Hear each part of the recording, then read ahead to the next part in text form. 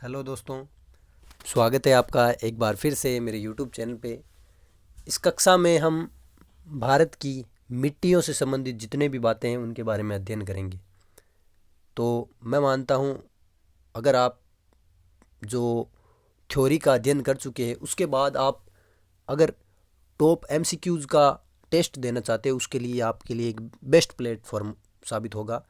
तो चलिए हम बिना वक्त गंवाए शुरुआत करते हैं भारत की मिट्टियों से। The question number 1 is Ganga के मैदानों की पुरानी कछारी मिट्टी क्या कहलाती है। यानी पुरानी कछारी मिट्टी, पुरानी मृदा के बारे में बात करते हैं। जो कछारी मृदा है तो पुराना जो जलोढ़ है उसको क्या बोलते हैं? पुरानी कछारी मिट्टी का अन्य नाम क्या है? जलोढ़ मृदा। तो पुरानी कछारी को क्या बोलते हैं? इसको बोलते हैं बांगर। ठीक है। और नई जो कछारी मिट्टी है उसको खादर। ठीक है। क्वेश्चन नंबर 2 इज निम्नलिखित में से किस प्रकार की मिट्टी के लिए न्यूनतम उर्वरक की आवश्यकता है, यानी वह खुद उपजाऊ है, उसमें उर्वरकों की हमें ज़्यादा ज़रूरत नहीं है, तो वह कौन सी है? दैट इज जलोढ़ मृदा। ठीक है, जलोढ़ मिट्टी। गंगा के मैदान की पुरानी कछारी मिट्टी क्या कहलाती है? ये देखिए, एसएससी स्टेनोग्राफर में भी आया और एसएससी सीजीएल में भी आया है। तो अभी हमने बात की थी कि गंगा के मैदान की पुरानी कछारी मृदा को हम बांगर बोलते हैं। क्वेश्चन नंबर 4 इज भारत के समस्त स्थल भाग का कितना प्रतिशत जलोढ़ मृदा से ढका हुआ है? यानी कितने प्रतिशत भाग में जलोढ़ मृदा है? तो ये 24% भाग में क्या है? जलोढ़ मृदा है। ठीक है, इंडिया के 24% पर जलोढ़ मृदा है। किस मिट्टी में कृषि के लिए सिंचाई की आवश्यकता नहीं होती? यानी ऐसी कौन सी मिट्टी है जिसमें कृषि के लिए सिंचाई नहीं होती है? वह कौन सी है? काली मृदा। काली मृदा में क्या है? कृषि के लिए सिंचाई नहीं होती है। ठीक है, आगे प्रश्न है 6। अब 5 नंबर प्रश्न था कि भाई किस मिट्टी में कृषि के लिए सिंचाई की आवश्यकता नहीं होती है? यानी यहाँ पे ये जो काली मिट्टी है ना, काली मृदा, वो क्या है? अगर इसमें एक बार वर्षा हो गई ना उसके बाद ये पानी पूरा सोखती नहीं, उसके ऊपर क्या है? पानी रहता है। ठीक है ना, ज़्यादा सिंचाई की आवश्यकता ही नहीं रहती है इसमें। बिना सिंचाई के ऐसे ही काम चल जाता है। थोड़ी बहुत मात्रा में अगर पानी उपलब्ध हो रहा है तो उससे काम चल जाता है। ठीक है, नमी धारण करने की क्षमता सर्वाधिक है। भारत में काली कपासी मिट्टी को किस स्थानीय नाम से जाना जाता है? ये मोस्ट प्रश्न है। ठीक है, इसको जाना जाता है रेगुड़ दिया है यहाँ पर, इसका अन्य नाम है रेगुर मिट्टी, रेगुर मिट्टी। क्वेश्चन नंबर 6 पढ़ लिया हमने। उसके बाद क्वेश्चन नंबर 7 इज निम्नलिखित में से किस मिट्टी के बारे में यह कहा जा सकता है कि इसकी जुताई स्वतः होती है? स्वतः स्वतः ही किस मिट्टी की जुताई कहा जाती है? तो काली मिट्टी के बारे में हमने पढ़ लिया ना अभी कि सिंचाई की आवश्यकता नहीं होती है। ये जो राजस्थान में जो पठारी प्रदेश है, वहाँ जो हाड़ौती प्रदेश है, वहाँ पर सर्वाधिक पाई जाती है। इंडिया के बारे में हम बात करें तो काली मिट्टी कहाँ पे, जो इसकी विशेषता क्या है? इसमें जुताई की आवश्यकता नहीं होती है क्योंकि नमी धारण करने की क्षमता इसमें सर्वाधिक है और अपने आप क्या है? जो धारियाँ बन जाती है इसमें। कपास की मिट्टी, जो कपास है वो सर्वाधिक इस मिट्टी में क्या है? उत्पादित होती है। भारत में लाल मिट्टी का सर्वाधिक विस्तार कहाँ पाया जाता है? लाल मिट्टी सर्वाधिक कहाँ पे? चिन्ह नहीं किया मैंने ना। ठीक है, भारत में लाल मिट्टी का सर्वाधिक विस्तार कहाँ पे है? लाल मिट्टी यह है आंध्र प्रदेश और तमिलनाडु। आंध्र प्रदेश व तमिलनाडु, तमिलनाडु ये दो राज्य हैं, इनमें लाल मिट्टी का सर्वाधिक विस्तार है। क्वेश्चन नंबर 9 है प्रायद्वीपीय भारत में क्षेत्रीय मृदा के निम्न प्रकारों में से कौन सा है? कौन सा है भाई? प्रायद्वीपीय भारत में जो जितने प्रकार की मिट्टी है उनमें से कौन सा है? लाल व पीली मृदा, वन मृदा, खारी मृदा और जलोढ़ मृदा। तो इसका उत्तर क्या होगा? लाल और पीली मृदा। क्योंकि हमने आंध्र प्रदेश और तमिलनाडु के बारे में बात की है कि यहाँ पे कौन सी मिट्टी है? लाल मिट्टी भाई पाई जाती है। तो लाल मिट्टी यहाँ पाई जाती है। तो अब हम प्रायद्वीपीय भारत के बारे में बात कर रहे हैं तो आंध्र प्रदेश और तमिलनाडु प्रायद्वीपीय भारत में ही तो है, तो उनमें भी क्या है? लाल और पीली मृदा पाई जाती है। धान की खेती के लिए सर्वाधिक आदर्श मृदा कौन सी है? मोस्ट प्रश्न है, इसके लिए जलोढ़ मृदा सबसे बेस्ट है। कि 10 नंबर क्वेश्चन है, धान की खेती के लिए सर्वाधिक आदर्श मृदा कौन सी है? धान की खेती के लिए जलोढ़ मृदा। निम्नलिखित में से किस राज्य में लेटेराइट मिट्टी पाई जाती है? लेटेराइट मिट्टी किस राज्य में पाई जाती है? केरल राज्य में। Answer is Kerala. लेटेराइट मिट्टी केरल राज्य में, याद करना पड़ेगा भाई। मृदा अपरदन कैसे रोका जा सकता है? वन रोपण द्वारा बिल्कुल रोका जा सकता है। अतिचराई, नई पशु पक्षी में संख्या में वनस्पति उन्मूलन द्वारा, वन रोपण द्वारा। ठीक है, क्वेश्चन नंबर 12 का उत्तर है वन रोपण। रेगुर मिट्टी का दूसरा नाम क्या है? अभी हमने पढ़ा था, काली मिट्टी है। एनटीपीसी में आया हुआ है 2016 में। रेगुर मिट्टी सबसे ज़्यादा कहाँ पाई जाती है? रेगुर मिट्टी सबसे ज़्यादा यानी काली मिट्टी सबसे ज़्यादा कहाँ पाई जाती है? महाराष्ट्र में। काली या रेगुर मिट्टी महाराष्ट्र में सर्वाधिक। और लेटेराइट मिट्टी अभी हमने बात की थी कि लेटेराइट मिट्टी सर्वाधिक कहाँ पे पाई जाती है? ये लेटेराइट मिट्टी, लेटेराइट तो है केरल में, लेटेराइट केरल में। लाल पीली है, लाल पीली वो कहाँ पे है? प्रायद्वीपीय भारत में मिलेगी आपको, तमिलनाडु आंध्र प्रदेश में मिल जाएगी। और जो ये मिट्टी है कौन सी? रेगुर मिट्टी, रेगुर मिट्टी की बात की थी हमने, वो कहाँ मिलेगी? महाराष्ट्र में। जलोढ़ मिट्टी जब बालू के कणों और चिका की मात्रा लगभग बराबर होती है तो उसे क्या नाम दिया जाता है? यानी जलोढ़ मिट्टी में जब बालू के कणों और चिका की मात्रा लगभग बराबर होती है तो उसे कौन सी मिट्टी कहते हैं? जलोढ़ मिट्टी को तब दोमट कहा जाता है। दोमट मिट्टी भी एक अन्य नाम है, ठीक है ना। रेह, कल्लर, उसर, ये तो क्या है? जो काली मिट्टी है उसके अन्य नाम है। चलिए आगे बात करते हैं। भारत में पाई जाने वाली कौन सी मिट्टी क्रेस्टोसियस युग में दरारी उद्भेदन से निक्षेपित पदार्थों से बनी है? कौन सी मिट्टी क्रेस्टोसियस युग में दरारी जो उद्भेदन, दरारों में अपरदन से निक्षेपित जो पदार्थ निकला था उससे बनी है? कौन सी मिट्टी है ये है काली मिट्टी, ठीक है ना। क्योंकि ये जो पठार है, पर्वत है, उनकी क्या कण टूट कर नीचे गिरने से बनती है ये काली मिट्टी। निम्न में से कौन सी प्रायद्वीपीय भारत में अधिकतम क्षेत्र पर विस्तृत है? निम्न में से कौन सी मिट्टी प्रायद्वीपीय भारत में अधिकतम विस्तृत है? तो ये काली मिट्टी प्रायद्वीपीय भारत में बहुत ज़्यादा मात्रा में क्या है? विस्तृत है। देखिए, प्रायद्वीपीय भारत में क्षेत्रीय मृदा के निम्न प्रकारों में से कौन सा है? यहाँ पर काली मिट्टी नहीं दिया हुआ था तो हमने लाल पीली कर दिया था। अब आगे हम यहाँ पे बात कर रहे थे कि काली मिट्टी है वो कहाँ पे पाई जाती है? ये जो प्रायद्वीपीय भारत है उसमें भी आपको देखने को मिलती है। और इसका निर्माण कैसे हुआ है? क्रेस्टोसियस युग में दरारी उद्भेदन से। लावा के प्रवाह से किस मिट्टी का निर्माण हुआ है? काली मृदा से। लावा के प्रवाह से भी क्या है? लावा से क्या होगा? जब वो ठंडा होगा तो क्या बनाता है? लावा चट्टान बनाता है, पठार बनाता है। वैसे ही क्या है? लावा के प्रवाह से किस मिट्टी का निर्माण हुआ है? काली मिट्टी का। क्षेत्रीय विस्तार और कृषि में महत्व की दृष्टि से भारतीय मिट्टियों को कितने भागों में बांटा गया है? 4 भागों में, ठीक है ना, ये भी याद रख लेना।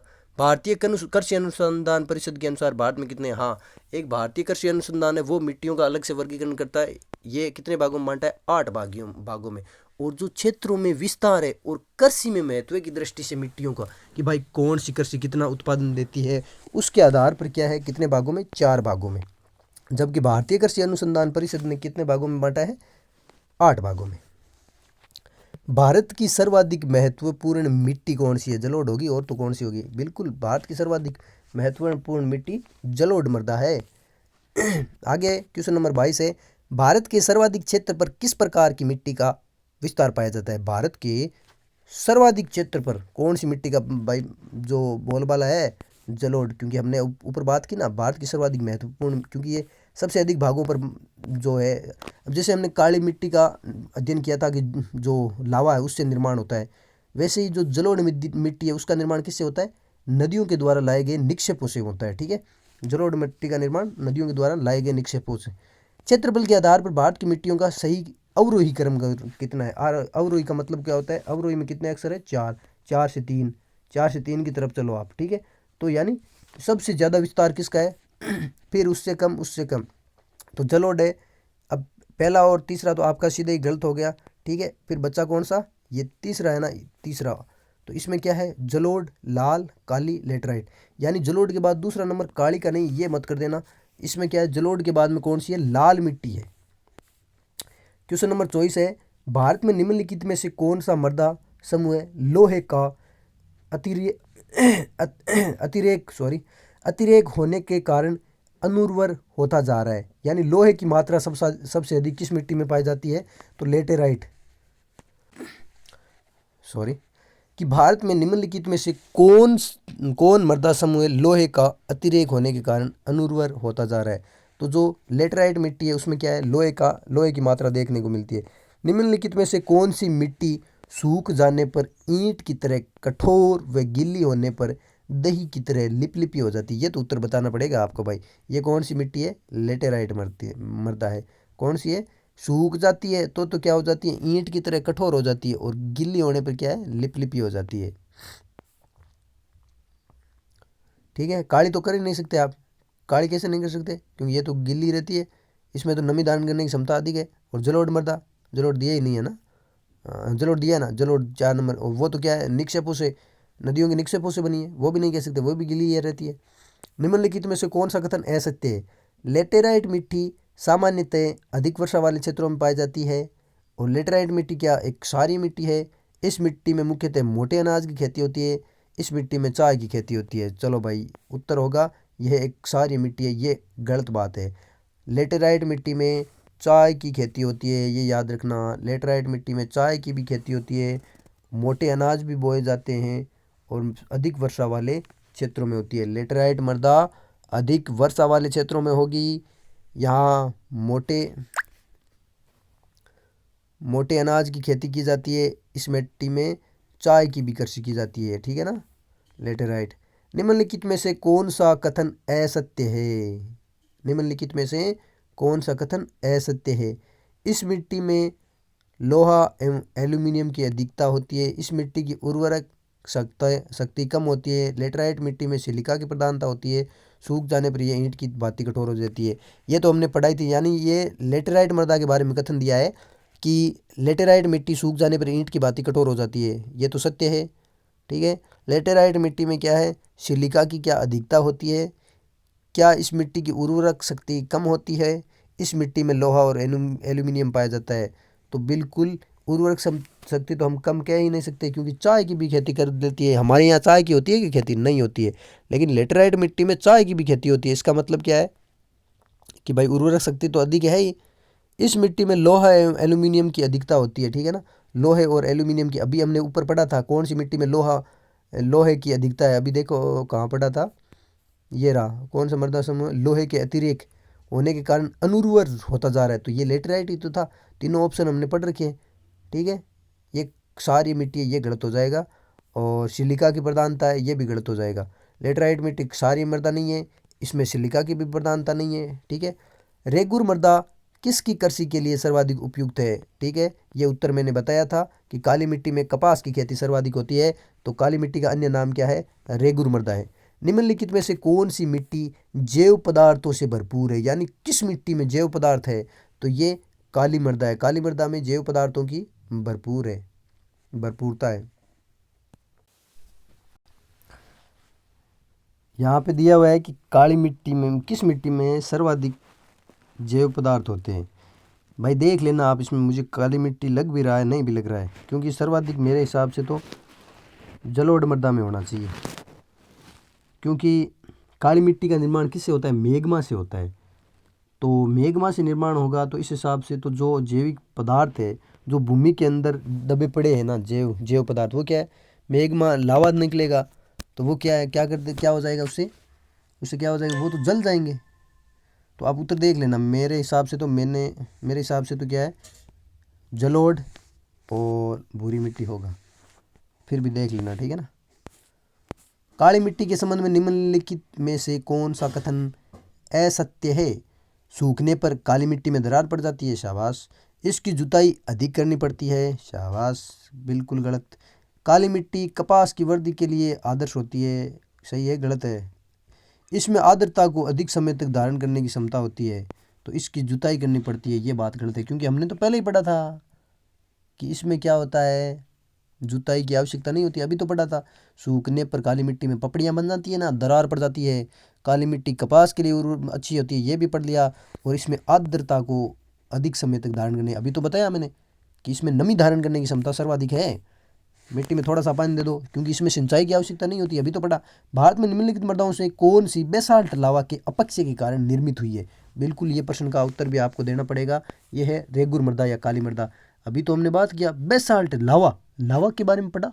अभी तो मैंने 2 मिनट पहले बोला कि लावा के कारण काली मृदा का निर्माण होता है, जिस कारण हम ये कह सकते हैं कि इसमें जो कार्बनिक पदार्थ है वो तो अधिक होते हैं, लेकिन जो जैव पदार्थ है वो शायद नष्ट हो जाते हैं। ठीक है ना।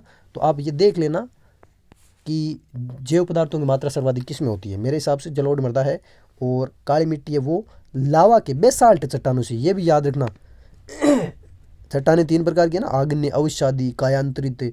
उनमें जो बेसाल्ट चट्टानें जिनकी मात्रा अधिक होती है उनसे निर्मित है ये। ठीक है, जो बेसाल्ट चट्टानें होती है वो किसका भाग होती है, वो आग्नेय चट्टानों का ही भाग होती है। तो आप ये भी याद रख सकते हैं कि बेसाल्ट या फिर आग्नेय चट्टानों से जो काली मृदा है, जो रेगुर मृदा या काली मृदा है, उसका निर्माण होता है। नवीन जलोढ़ को अन्य किस नाम से जाना जाता है, ये लो भाई क्या है, खादर। पहला प्रश्न है पुराना जलोढ़ बांगर, तो नया जलोढ़ खादर। ठीक है ना। पुरानी जलोढ़ मिट्टी को अन्य किस नाम से जाना जाता है, ये लो भाई बांगर। कितनी बार प्रश्न आ गया पूछो मत। भारत के उत्तरी मैदान की मृदा सामान्यतः कैसे बनी है भाई, ये तलोचन से, तलों के जो ऊपर उठने से, तलोचन से। ठीक है ना। याद रखो तो रख लेना, नहीं करो तो कोई बात नहीं, नहीं आएगा ये आपके। तमिलनाडु के 2/3 क्षेत्र पर किस प्रकार की मिट्टी का विस्तार है, तो ये कौन सी होगी, लाल मिट्टी। अभी हमने पढ़ा था लाल मिट्टी तमिलनाडु, आंध्र प्रदेश। ठीक है ना। तमिलनाडु के 2/3 भाग पर क्या है, लाल मिट्टी है। लाल मिट्टी के संबंध में कौन सा कथन असत्य है, बिल्कुल अच्छी बात है। लोहे ऑक्साइड की उपस्थिति के कारण इसका रंग लाल होता है, बिल्कुल साफ।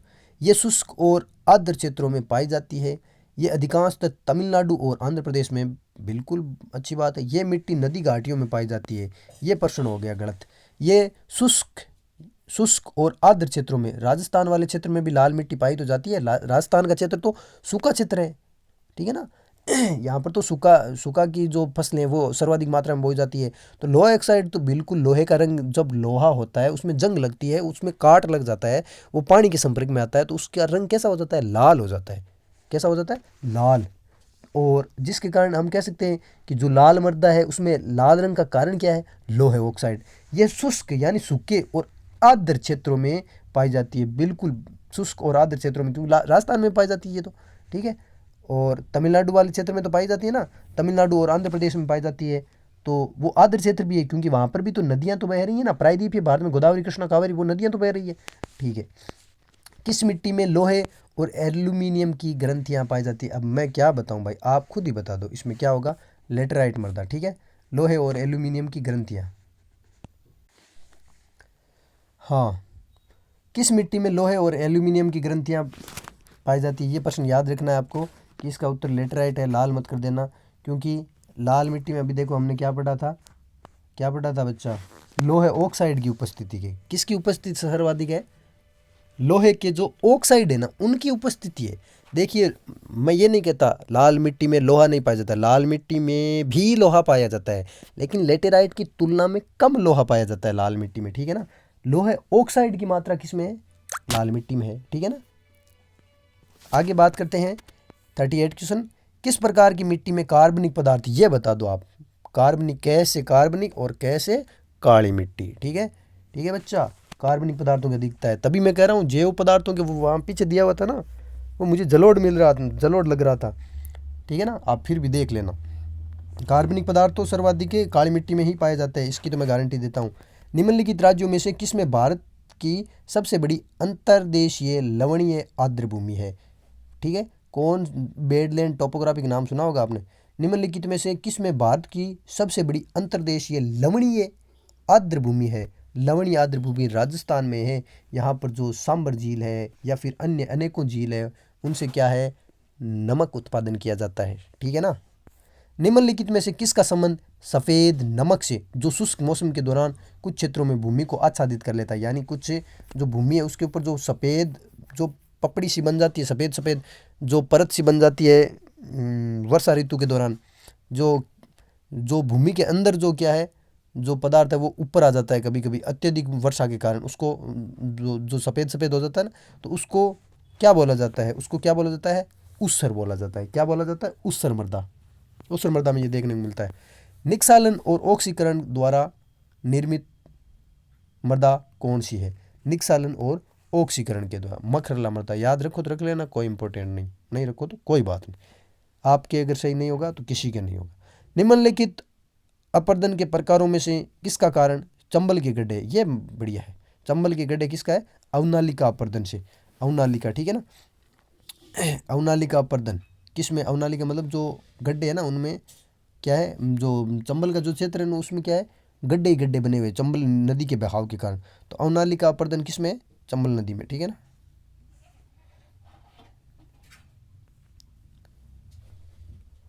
ओके, हमने ये जो भारत की मृदा है उसके बारे में पढ़ लिया। तो दोस्तों प्लीज़ सब्सक्राइब कीजिएगा चैनल। 20 मिनट में हमने 50 क्वेश्चन के लगभग कितने हो गए, 44 क्वेश्चन थे या 42 क्वेश्चनों के बारे में बात कर ली मृदा के टॉपिक में। यह आपके लिए सफिशेंट होगा प्रैक्टिस के लिए। आप OMR शीट लाइए, उसमें टिक कीजिए, OMR का प्रिंट आउट निकाल लीजिए आप ई मित्र से, और उसके बाद में आप ये जो 42 क्वेश्चन है उसका टेस्ट दीजिए खुद से, ठीक है ना। कितने का आपके सही होते हैं दोबारा दीजिए। टेस्ट बहुत ज़रूरी है, बिना टेस्ट के आप सिलेक्शन नहीं ले सकते किसी भी प्रकार से। तो धन्यवाद क्लास लेने के लिए आपका। कृपया करके चैनल को सब्सक्राइब करके ही जाना। I request you, please subscribe करके जाना, लाइक एंड शेयर।